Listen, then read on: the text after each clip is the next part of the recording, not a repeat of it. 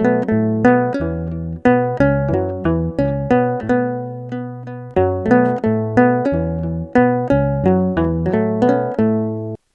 አብ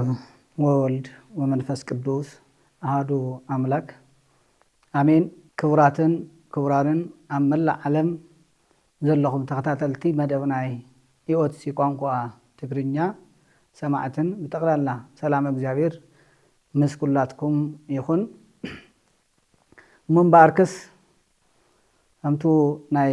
ቅድሚ ሕጂ ተኸታታሊ ትምህርቲ ናይ ትምህርቲ ርእሲ ቅድስና ኣብ ክርስቲያናዊ ህይወት ብዝብል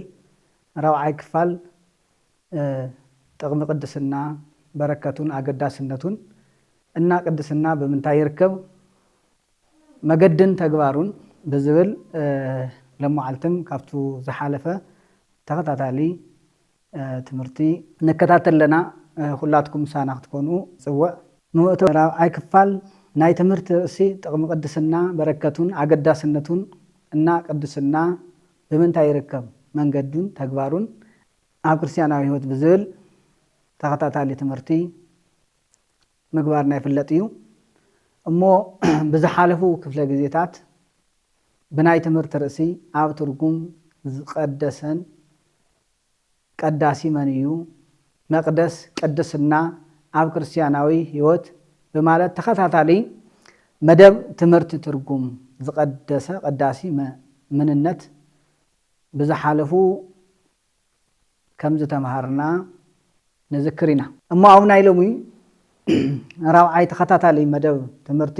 ጥቕሚ ቅድስና በረከቱን አገዳስነቱን እና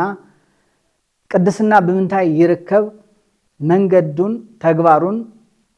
ከምቱ ዝሓለፈ ብዕምቆት ክንመርምር ኢና። መእተዊ ቅድስና ንናብራ ክርስትና መጋየፂኡ ጥራይ ከይኮነስ ህይወት ዘለዎ ክርስቲያን ዘርእዮ ፍረ እዩ። ህይወት ቅድስና ዓብይ መለኮታዊ በረከትን መንፈሳዊ ሓይልን የበርትዕ። መፍትሒ ቃል ዕላማ ትምህርቲ ቅዱስ ካብ ሓጢአት ርክሰት ተፈልዩ ንኣምላኽ ጥራይ ዝተወፈየ ንጹህ ህይወት ዕላማ ትምህርቲ እሞ ኩልኩም ሰማዕትና እዚ ሰፊሕ ትምህርቲ ብሓፂር አቀራርባ ንዝሓለፉ ተኸታተልቲ ግዜ እና ንዞም ዝስዕቡ ዓበይቲ ዕላማታት ንምርዳእ ዝተዳለወ እዩ። ተኸታታሊ ናይቲ ቅድስና ዝብል ቃል ዓሚቕ ትርጉም መለኮታዊ ድሕሪ ባይታን ካብ መጽሓፍ ቅዱስ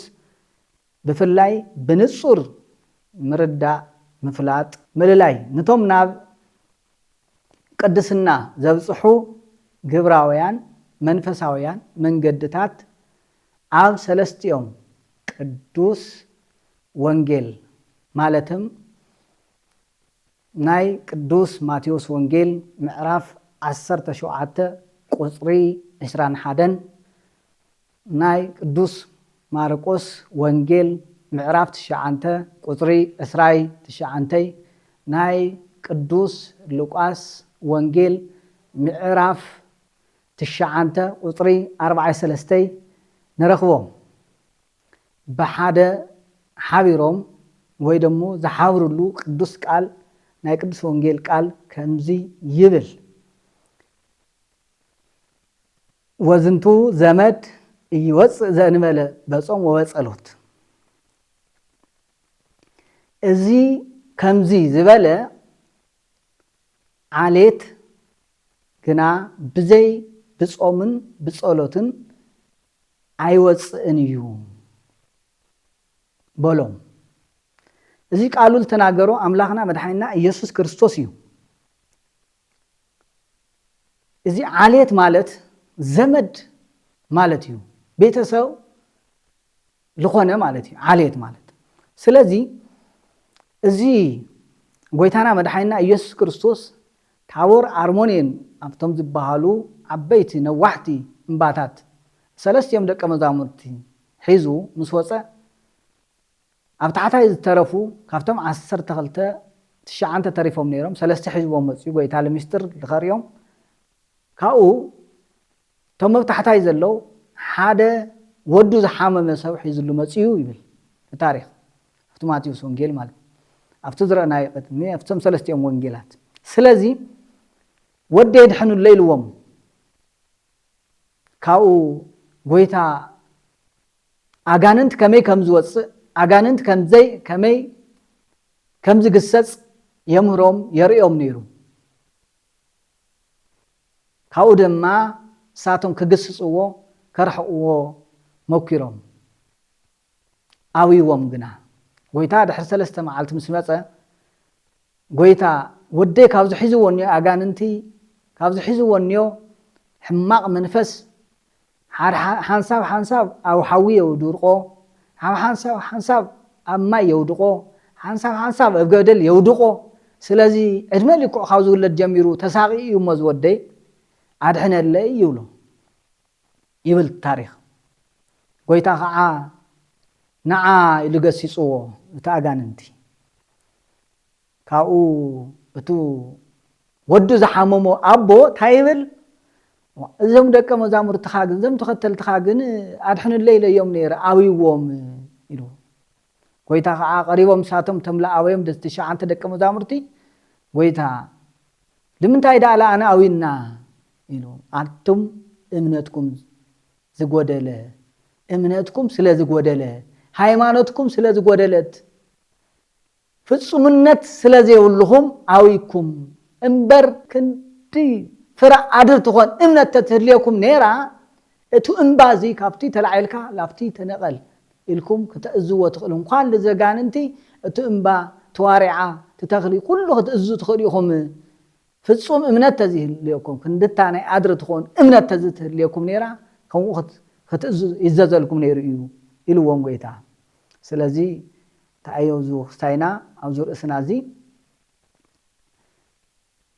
ነቶም ናብ ቅድስና ዘብጽሑ ግብራውያን መንፈሳውያን መንገድታት ኣብ ሰለስቲኦም ቅዱስ ወንጌል ዝረኸብናዮ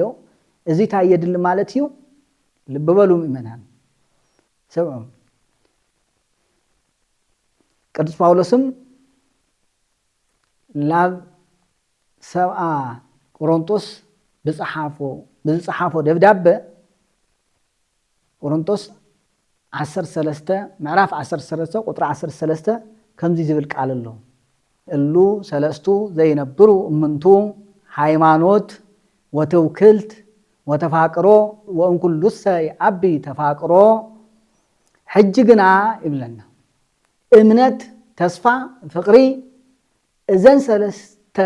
እዚኣተን ይነብራ ካብዚኣተን እቲ ዓቢ ግና ፍቅሪ እያ ይብለና ኣስተውዕሉ ንስሓ ጾም ጸሎት እምነት ተስፋ ፍቅሪ ብንጹር ፈሊጦም ክጥቀምሉ ክርስቲያናት ማሕበረ ክርስቲያናት እዚኣቶም ነቶም ናብ ቅድስና ዘብጽሑ ግብራውያን መንፈሳውያን መንገድታት ኣብ ሰለስቲኦም ቅዱሳት ወንጌልን ተጻሒፎም ቅዱስ ጳውሎስም ጽሒፍዎም እሞ እዚኣቶም እዮም ስለዚ እዚኣቶም ብደንብ ጌርና ክንሕዝ ላብቲ ቅድስና መንገድ ልወስድና ላብቲ ቅድስና መንገዲ ለብጽሑና እዞም ግብርታት እዚኣቶም ክነጽንዖም ክንሕዞም ስለዚ ኩላትና ፈሊጥና ክንጥቀመሎም የድሊ ማለት እዩ እሞ ላብ ዝርዝር ሓሳብ ክንኣቲ ከለና ዝርዝር ሓሳብ ትምህርቲ ጥቕሚ ቅድስናን በረከቱን ኣገዳስነቱን ነስተውዕል ምስ ኣምላኽ ዘለና ሕብረት ቅድስና ምስቲ ቅዱስ ዝኾነ ኣምላኽ ብናጽነት ክንቀራረብ ክንስማዕማዕ የኽእለና ማለት እዩ ካልኣይ ናይ ጸሎት መልሲ ንጹህ ልብን ቅዱስ ህይወትን ዘለዎ ሰብ ጸሎቱ ሰማዕ ረኺቡ ፍረ በረከት የፍሪ ማለት እዩ ደብዳቤ ናብ ሰብኣ ገላትያ ምዕራፍ 5 ቁጥሪ 22 ከምዚ ይብለና ወፍሬሁሰ ለመንፈስ ቅዱስ ተፋቅሮ ፍስሓ ሰላም ትዕግስት ምጽዋት ሂሩት ሃይማኖት የዋህነት ኢዘሞት እቲ ፍረ መንፈስ ቅዱስ ግና ኣስተውዕሉ ፍቅሪ ሓጎስ ዕርቂ ዓቕሊ ለዋህነት የዋህነት እምነት ህድኣት ያእኽለኒ ምባል እዮም ይብለና ተዘርዚሮም ዘኒው نستوعل كريستيان فقري حادة حاجوس كلته عرقي سلسته عقلي 4 لوهات 5 6 امنت 7 هدأت 8 ياخلني مبال 9 زياتهم 9 قوم نغرات نطفتات زياتهم او هيوتنا او تغبارنا او علتاوي كنونا كل غزي نلمامدوم دو ويس علو دو يلوي إلنا عرسنا نحتت هو زياتهم فرأيهم ناي منفس قدوس فرأ ناي قدسنا فرأ منفس قدوس زلو سو زياتهم كفلو يقبا يبلنا بس باولوس بمالكتو سلازي كاب زياتهم سكندي ناي تقبر كالتدو 3 4 اوستنا زلا استايا كاو كلن تعبخا كم تقدس باولوس زولو امنت تسفا فقري كاب زيات اندمو لبلصت فقر تعبيلنا فقري ويتانا مدحينا يسوع كريستوس كاب سمايات كم منبرو اوريدا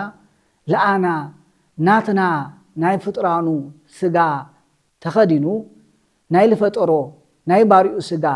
لبيسو تخدينو اسو هو واغا لخفللنا بقرانيو ادبابايس كاموت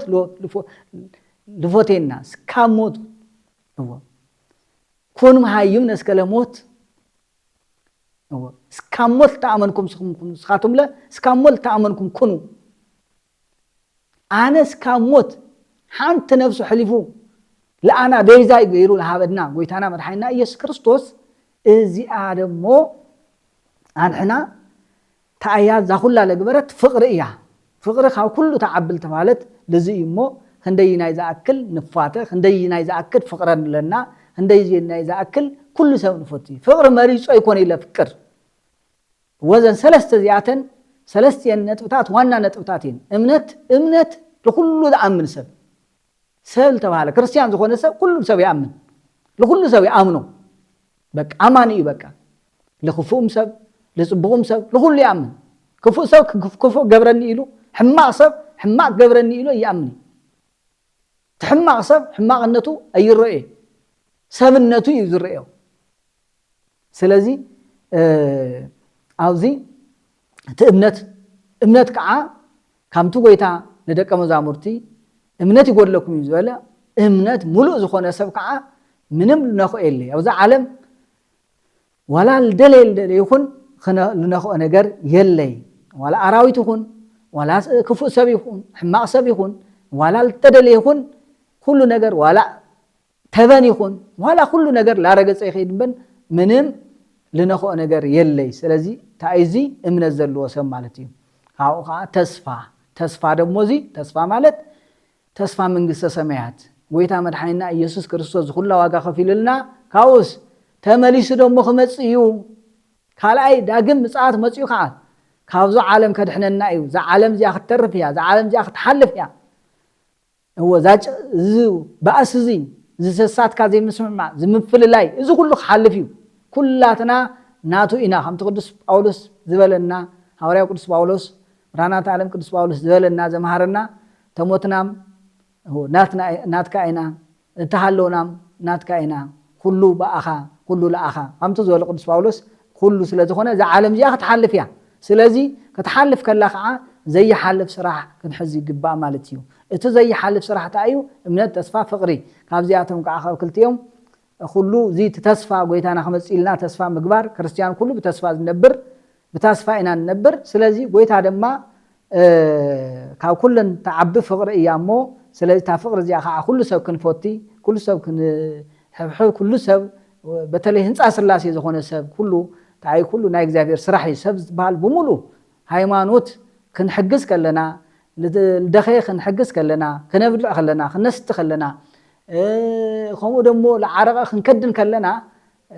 ሰብ ምዃኑ እምበር በሃይማኖት በመዘርኢ በክስታይ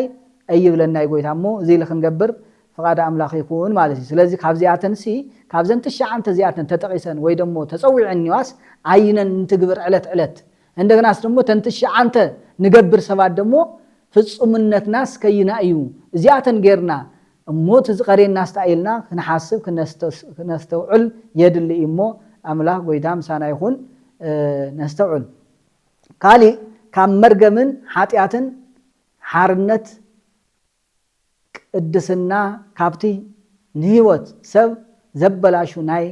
حاتيات حيالن سقاين حارا يوصء مالتيو تايسو قدسنا كمتا يوصء كاب مرغمن حاتياتن حارنت من يوصنا قدسنا يوصنا مالت قدسنا كابتي نهيوت سب زبلاشو ناي حاتيات حايلن سقاين حارا يوصء مالتيو كالي مسكرنت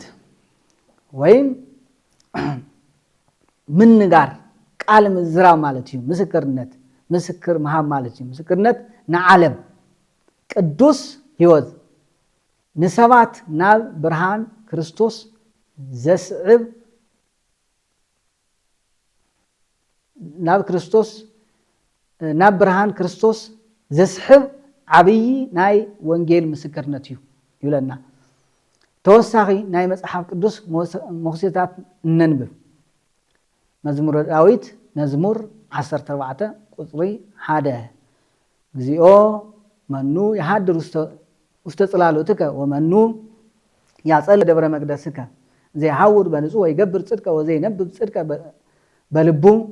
غويتا اب كند اب دنكانكا زحدر منيو ابتي قدوس انباخاس زنبرك منيو اتي بقنعنا زملالس صدقي زغبر بلبون حقي ززارب يبلنا مو وتخكلي ناي غويتا بيت مقدس تو انبا زولو دلو تو انباخا زولو ناي غويتا انباخ بحال كلو قدم بيت مقدس بيت مكرام بتني بتوري زمن اب حافظ ولا بوتا اب العلز ولا بوتا ي ندقا يمسرتا نيرن تاو لافت حافظ ولا غويتا حافظ ولا لاب سماي قرب زبل خام سينا ترارا زبله خام سينا انبا زبله كوم زبله سلن نبره كامتنا حجي انغولو مريصكا ناي نغد بوتا مريصكا بيتخسيان يتكلينرا هزتن عدنا زلوا تن بزح في الهاجرا زلوا تن وصوص الكا زلوا بيتخسيان تاريخهم ون بيتخسيان سي هو كل سوري ولا ام انتان كمحصن كل سوري وام انت لا اخسجد كل سم اب ترى بوتا اتتكل مخنياتو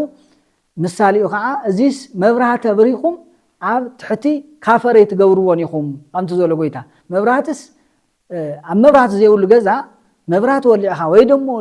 لامبادينا يكون ولا تي لامبال وعلو ولا تي كراز يكون سي اسو ابريخم سي اب زي يرى بوتا تحتي اب تحت خافر وي دمو تحت طربيزا اي تغورون يخم لمنتاي او حافظ بلا بوتا او منتان كره لكل سب منتان كبر تغبرو تقمط تامبراتي ስለዚህ ቤተክርስቲያን ደማ ኸሙያ ቤተ እግዚአብሔር ኸሙያ አብ ሐፍዝ ወላ እንባያ ተሰራህ ምክንያቱ ኩሉ ሰብሪው ለአምንታን ክሰግድ ለአኽን ክማሐፀን አው ኩሉ ዝረ ላብአኽ ኸይድ ምንታን ካብርሑቅ ተረአያ ካብርሑቅ ትስገደላ ካብርሑቅ ተረአዩ ሰብ ክመጸላ ክርስቲያን ክመጸላ አብ ሐፍዝ ወላ እንባታት በሐዲስ ክዳንም ተሰራህ ማለት ይፍታህ አፍቱ አድና አካባቢ ውጹጽ ለፍታ ሀገረሰብ አብናይ ንግድ ቦታ ለምጭ ኸይኮነስ አብ ለጾሎት ቦታ ዝሙቺ አብ ብዙሕ ክስታያ ዘለዎ ቦታ ወይ ደሞ አጸድ ዘለዎ ቦታ ትምስረት ማለት እዩ ስለዚህ አብዛ ቅድስት ቦታ ዚያሲ አብ አመኒ ሐድር ይብል ቅዱስ ዳዊት